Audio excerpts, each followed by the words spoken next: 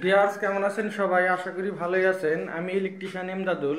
তো আজকে আপনাদেরকে দেখাবো যে গ্রুপ কাটার সময় যদি ছাদে পাইপ ফেলানোর যে ড্রয়িংটা ছিল সেই অনুযায়ী যদি ওয়াল না করা হয়, ড্রয়িং চেঞ্জ হয়, মানে পাইপ কিছুই মিলে নাই, গ্রুপটা আপনারা কাটতে পারবেন, কিভাবে মিলাবেন সে বিষয়ে একটু আলোচনা করব।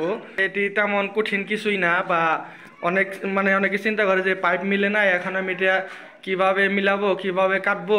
দেখেন এই রুমটার কথাই যদি ধরি, এখানে যে ওয়ালটা আছে, দেখেন এখানে কোনো পাইপ এখানে ফেলা হয় না। এই যে এখানে ভীম আছে, এই ভীম পার্টিশন অনুযায়ী এখানে রুমের পার্টিশন ছিল এইটা, আর এখানে এই যে টয়লেট করছে এই টয়লেট ছিল না, আর এই ভীমে ছিল আরেকটা ওয়াল, বাদ বাকি ওই পাশের টুক ছিল বারান্দা। তো দেখেন ওইখানেও ওয়াল হয় নাই, ওই শেষে যে ওয়াল হয়েছে ওখানেও কোনো পাইপ নাই। এখন এই ওয়ালটা যে হয়েছে, এই যে দেখেন এখানেও কোনো পাইপ নাই, ফ্যান বক্সও মিলে নাই। তো এখন এটা খুবই ইজিভাবে মিলানো যায়, এটা তেমন কোনো টেনশনের কিছুই নাই, এখানে তেমন কঠিন কিছুই নাই, সহজভাবে একদম সহজে এটা আমি মিলাবো। তো আপনাদেরকে সেটি এখন দেখাবো। তো দেখেন আমি দরজাতে ঢোকার পরে এই পাশে তো প্লাস্টার হয়ে গেছে, দরজাটা এই পাশে চাপবে এই যেদিকে। আর এটা হলো রুম, এটা হলো টয়লেট।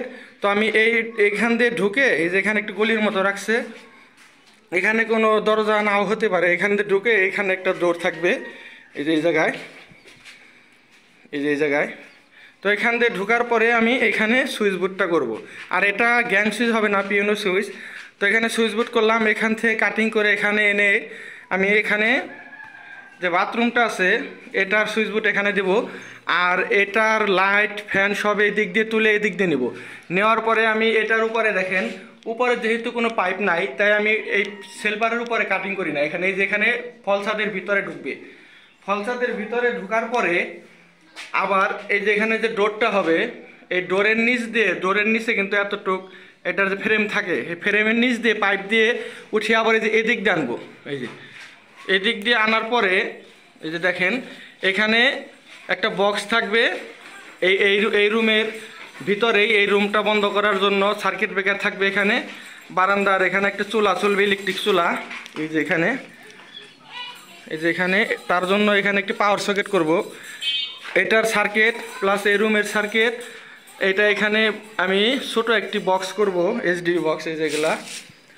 আর এই লাইটের তারগুলো তো আমি বললাম, এই যে এখান দিয়ে উঠে এখান দিয়ে নিয়ে ফলসাদের ভিতর দিয়ে এনে এখানে লাইট করব। বাড়িওয়ালা আমাকে বলছে এখানে কোনো ছাদ কাটিং করতে নিষেধ করছে। তো আমি কি করছি, এই দিক দিয়ে এনে এই যে দেখেন এইখানে আবার ওই ভীমের কোনা একটি উপর দিকে কাটিং করে দিছি। তো এখানে 3 পাইপের মুখ থাকবে, পরে এখানে বাল্ব চাইলে আমি বাল্ব বসিয়ে দিয়ে ওটা ঢেকে ফেলবো। আর এখান দিয়ে উঠে এই ভীমের কর্নার দিয়ে এনে মাঝামাঝি একটা অংশে এনে আমি এখানে একটি ওই ভীমের কোনা দিয়ে হাফ ইঞ্চি পাইপ ভরে আমি যদি ক্লিপিং করে দিই, এটা প্লাস্টারে ওটা কোনা মিলে যাবে। আর এখানে একটি রয়্যাল বোল্ট দিয়ে আমি এখানে ফ্যানের পয়েন্ট এখানে করে দিলাম, আর লাইটটা এখানে করে দিলাম। তো এখানে আমি কাটিংয়ের পর পাইপ আর বক্স লাগিয়ে আমি আপনাদেরকে আবার দেখাবো যে কীভাবে কাজটা করলাম।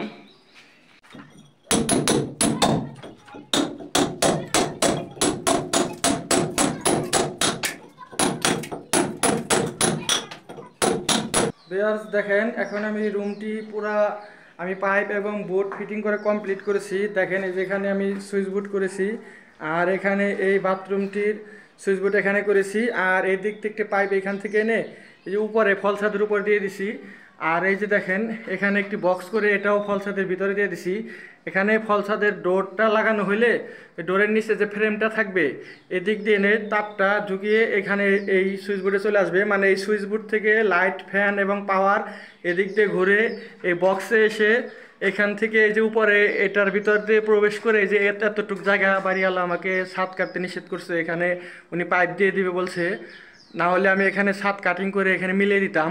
তো এদিক দিয়ে ঢুকে এখানে ওই পাশে একটি লাইট চলে যাবে, আর ফ্যান লাইট এগুলো সব এদিক দিয়ে এসে ওই ফলসাদের ভিতর দিয়ে ঢুকে এই বক্সের উপর দিয়ে এসে এই যে এখানে একটি লাইট বসবে। আর ফ্যানেরটা এখান দিয়ে ঢুকে ওই যে দেখেন কলমের কোনা দিয়ে আমি হাফ ইঞ্চি হুইস পাইপ ক্লিপ করে এখানে দিয়ে রাখছি, এটা ওই কোনা প্লাস্টার একটু বিট করে এটা ঢেকে দেবে।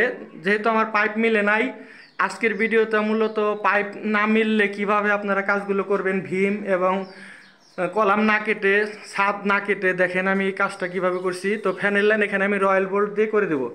আর এই যে নিচে এখানে একটি পাওয়ার সকেট আছে, ফ্রিজ হবে এখানে, ফ্রিজের পয়েন্ট। আর এখান থেকে যে দেখেন বাহিরে একটি পাইপ দিয়ে দিছি। তো এখানে এই বিল্ডিংয়ের নিচতলায় নিচে রাস্তার পাশেই ওখানে বাহিরে মিটারটা থাকবে। আর ওই মিটার থেকে পাওয়ার এই দিক দিয়ে এসে এখানে এসে ওখানে ডিপি সার্কিটটা এটার ভিতরে হবে।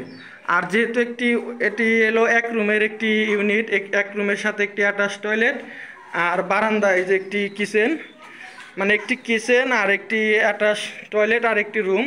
তো আমি এই রুমটি এইভাবেই আমি পাইপ না মেলার কারণে এইভাবে কাজটা করেছি।